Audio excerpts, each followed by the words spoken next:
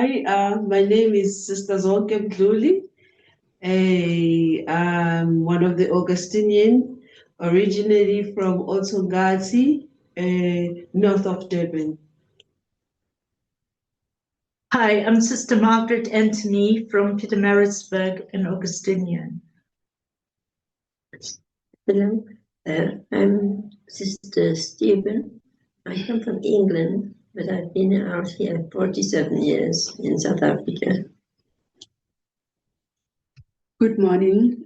I am Sister Beata Maria from KZN at Potchefstroom.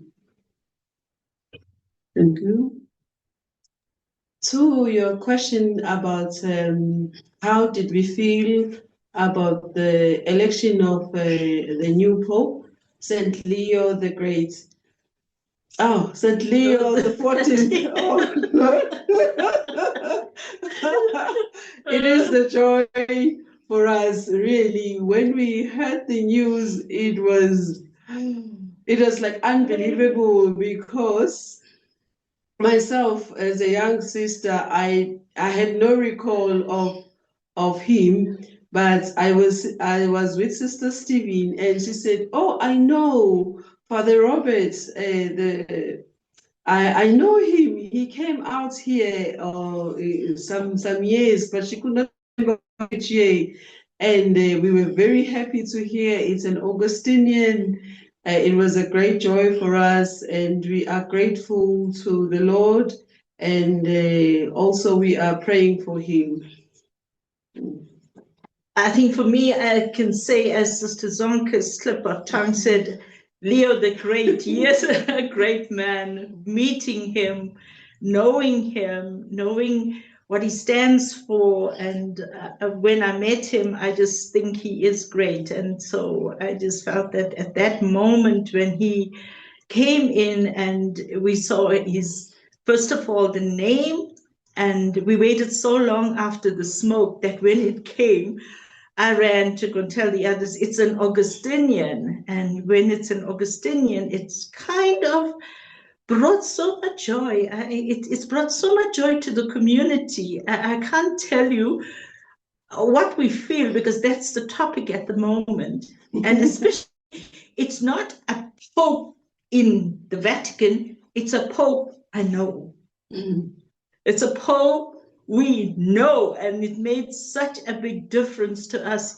He suddenly became so human. Like, popes were something up there in Vatican for us, and they were all around. But here, it's one of our own. And for me, it's just, I don't know, internally, it's just an eternal joy to know that he is there. And I must say, at this time in South Africa, to have received something like this for us, it's a celebration, a great celebration. It's one of us there. When I heard the announcement in Latin, I said, it can't be. With total disbelief. But then I said, that it is. It's Father Robert. We were so happy and joyful. Yes. As for me, Sister Beata, it was a great joy. I even jumped for joy, because it's a man I have worked when we had AFA. AFA is Augustinian Federation of Africa. And I even said to the sisters, I think she was in one of my groups, because we were put in groups, and it can't be. Then I'm telling you, one who was here, I jumped, in fact. I said, oh my God, I know. And I even know him. He came again. I think he went around to see all the convents. So I remember taking him around to the clinic to show him the clinic. So I don't know how to express it. A very great joy for us, and being our son of St. Augustine. I can imagine the excitement at that moment when you saw the white smoke. But knowing that you met him during the time that he was a superior general of the congregation, talk to us about that period, because these was, if I'm not mistaken, between the year 2001 and 2013. I believe he visited South Africa at least twice during that period. Talk to us about what type of leader was he, what type of shepherd, rather. I think that's the best way to say it. What type of shepherd was he during his time of leadership?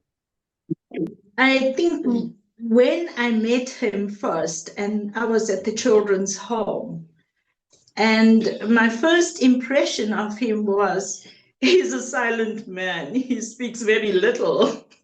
The other priest was with him was talking, but I think he was listening and taking in, because when he asked you a question, was like the question had a twofold. Because one, he wanted an answer, but that question made you feel like here is somebody who's interested and is asking you that question with understanding and also with compassion. He's feeling for you down on the floor. And when I answered the questions as well, in his eyes, if you looked, he kind of acknowledged the whole process, the whole program there at the children's home. And I think a man of deep compassion and somebody who's walked that road. That was my impression, somebody who knows what is happening. But it's very difficult for us now because we're thinking of Pope. But at that time, he was just a little father who came, Father General. He got his rightful place because he's a visitor. And at the same time, we were trying for the children not to climb up on him because these little things were going to go and grab him as they saw visitors.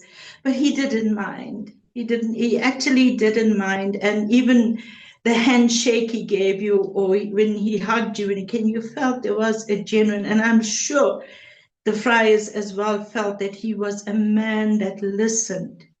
As I said, he wasn't the one that spoke a lot, but you could see that he understood. He understood you so well. And for me, that was my first impression of him when I saw him taking him around to the children's home.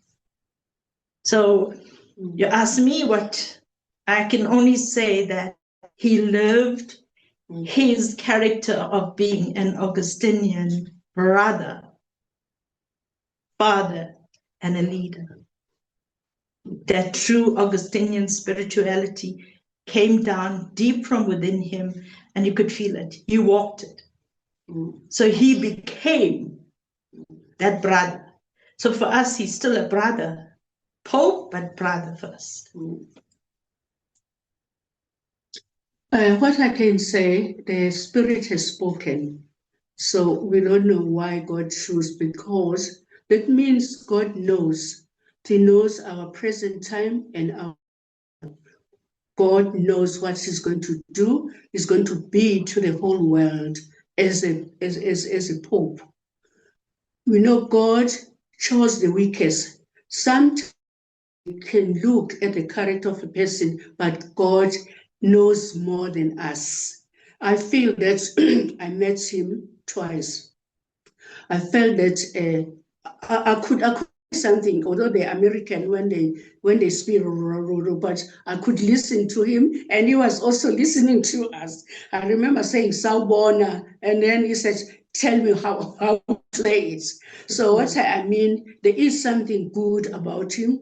A man who listens, who's merciful, compassionate, and also I think he's going to be generous. And if he allows himself to be open to the Holy Spirit, then we're going to have a great Pope.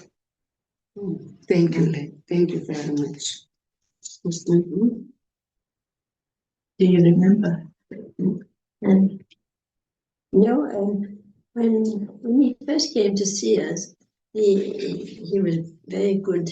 He was very interested in what we were doing, and he just listened. And Sister Margaret took him around the home, and yes, and then he had tea with us, and I think the other, I'm not sure which father was with him. I think it was another American priest.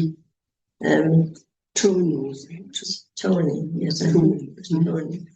But yes, I think he'll make a very good pope because he is good at listening. Yeah. For me, I cannot speak of his character as a leader because, as I have said before, the year he came to visit South Africa is the year I entered. Yes. So, but listening to my sisters and sharing their experiences, and also I have spoken, Sister, yes. I have spoken to the friars who are our brothers in Durban, who are Nigerian province, and they spoke of him as a good leader. That's one of the first word Father Julius said. He is a good leader, and he has a big heart. That's what Father Julius said, and also he's very compassionate. And I also had a phone call from the USA from Father Frank, who was with us for a long time here in South Africa. And he said, this is his words, oh boy, I could not believe it. And he said, he is a good man. Those were his words. So I can only tell you of what others have said. And for Father Frank, it was because he was his general and also from his community. And, when you hear somebody who speak, Father Frank is senior to him when he said, I wonder what is he thinking right now as a pope. I wonder if he slept on the first day. So definitely there is a joy among all of us, Augustinian and the friars, as well as us, the sisters. We are really happy for the church to have a leader like him. As many have expressed how they felt about him. I can only express what others felt, but myself, I have not met Pope Leo XIV. I got it right this time. Yes. Well, no, thank you so much for sharing that with us. It's so interesting that all of you mentioned how he was a listener, how he was listening to you during the visit. He would listen and pay attention and show that he's really listening to your concerns. And that's precisely what the Synod on Synodality is about. It's about listening as well.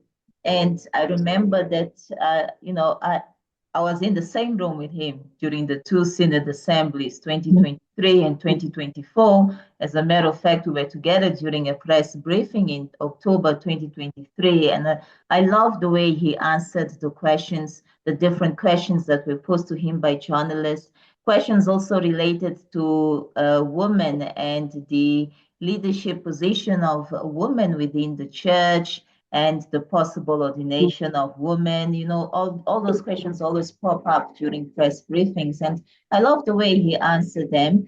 And also just doing a little research on him, I realized that even when he was a bishop in Peru, he was already practicing the synodal way of being a church. He was already doing that. So it's good to hear that it doesn't just come from the time he was a bishop, but it actually comes from long ago that he has been practicing the recommendations of the Second Vatican Council. Now, how do you feel about the name that he chose, Pope Leo XIV? We know that Pope Leo XIII was all about the Industrial Revolution, but how do you feel about the name he chose, the saint's name that he chose? I think for me, he is passing a message. He is passing a message of saying, this is the character that I am going to take. This is how I am visioning my leadership in this place where I found myself in. I think for me as a leader, you also look up to other leaders, how they led before, and you learn something. For me, I think the name does fit his character, and also it does fit in the time where we are ourselves, because I feel sorry for him, because it's not an easy time to be a pope in our church, in the society where they question everything, where there is a lot of mistakes that the church has done, and a lot of mistakes that needs to be rectified, that needs to be addressed. And also, I think he understands that his church that is leading is very much human. So we need that kind of leadership. For me, that stands out. Yeah. So for me, I wouldn't say a lot about Pope Leo XIV, and then why he chose, because meaning there are some characters. It's gone. Okay. No, there are some characters. Maybe he was impressed. He was impressed by something in Pope Leo. So I wouldn't say much, because I have to go and study now. Saint Leo the 14th. Pope Leo XIII was very keen on 13. the rights of people, the rights of the ordinary people. And he wrote Rerum Novarum, a long encyclical about the rights of people. And I think maybe that's what he wants to continue, that everyone has a right to be. I don't know if I'm correct in saying, because he spoke in Italian, but Pope Leo XIII was all about peace and reconciliation and bringing again, empowering women and empowering the church and men. And in his opening speech, I think it's almost 9 or a little less than that times he spoke of peace. The word peace had come in quite, where he spoke of peace and unity. And I think maybe that's why the name Leo. I could only take it from where it is and from his opening speech of what he said, you see. That, he said St. Augustine as a bishop was a man who, and this is what he is going to be. So that's why maybe St. Leo XIV, a man of peace. And I think he is going to bring peace. Indeed, we are living in very turbulent times with so many conflicts and wars going on in different parts of the world. And that was also Pope Francis' call, the late Pope Francis' call for peace and stability, always reaching out to those in the peripheries and trying to empower women within the church, as you said, sister. So yes, those will be very interesting times ahead as we see how this papacy will turn out. But now, speaking of his papacy and speaking of Saint Augustine, your order, your Augustinian Sisters, with Pope Francis being a Jesuit, so many of us knew about the Jesuits because they've always been very vocal, very outspoken, very involved. And now all of a sudden we have an Augustinian Pope, and with all eyes are on Augustinian order, religious men and women. So let's talk about your order, especially knowing that in a couple of days we will be having the COMSAM conference, AGM, symposium and AGM here in South Africa for the first time. That is, of course, for religious leaders from Africa and Madagascar. They'll be gathering here in South Africa for the first time these coming days towards the end of this month. How do you feel about this AGM? And Also taking into consideration that it's happening when you have a new pope that comes from your congregation? For me, it's a joy because I'm part of the LCCL executive and I'm part of the people who are organizing. I spoke to my brother priest, the Augustinian. They were reluctant to go because they are busy. And I said to them, listen, brothers, we cannot go alone and get all the attention on this symposium. Either one of you are going, and I'm going to drag you to Johannesburg. They were laughing, and I said, because Africa is coming to us, and it is a great joy for us to this has happened in our time, and in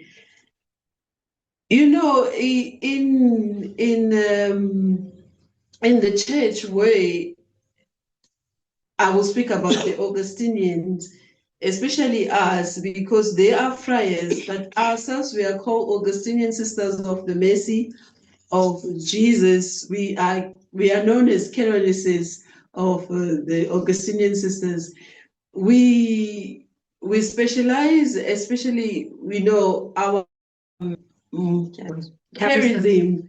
It is in three phases. We are to live in community life. We have to pray together, the prayer of the church, and the Eucharist is the center of our congregation, and also our apostolate. So all these three things have to intertwine. Our work has to lead us to prayer, and our prayer has to lead us to work. And we do this together as a community. So during this time of the symposium, I think we have to show who we are. And we are very happy that the Pope, and I think we have never experienced so much attention. It's like everyone is calling, everyone is saying congratulations, and the messages that we have received from the LCCL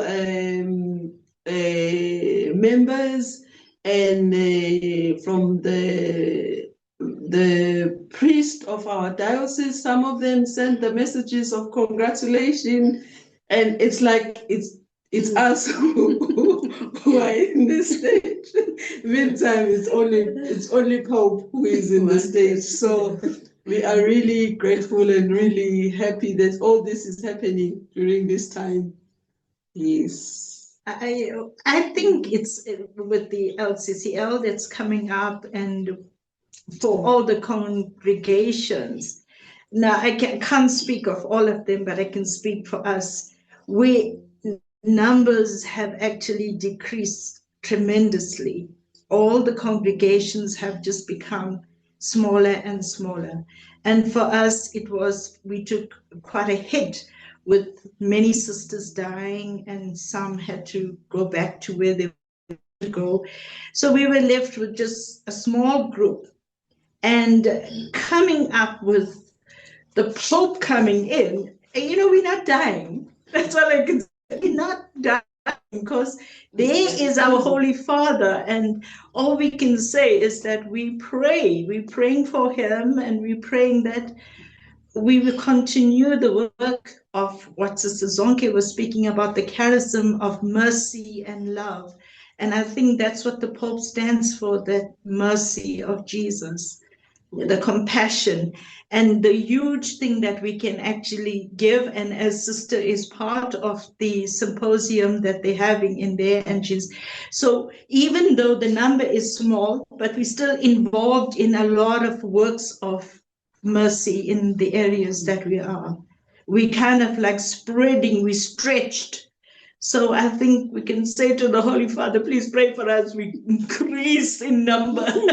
That's all we want to increase. But at this time, it has brought a lot of strength to us because we needed it. We needed this kind of joy to celebrate. And maybe that's why the Lord gave us an Augustinian Pope. to build us up, to bring us to where we were in the beginning, even though the numbers are small. Well, say the whole world is now talking about the Augustinian religious order. So yes, we are knowing more and more and more about you. Thank you so much for this time. It was really lovely listening to you talking about the time that you were with Pope Leo XIV, back then, of course, as Father Robert, Father Francis. So thank you so much for talking to us. I don't know if there's anything else you'd like to add before I let you go.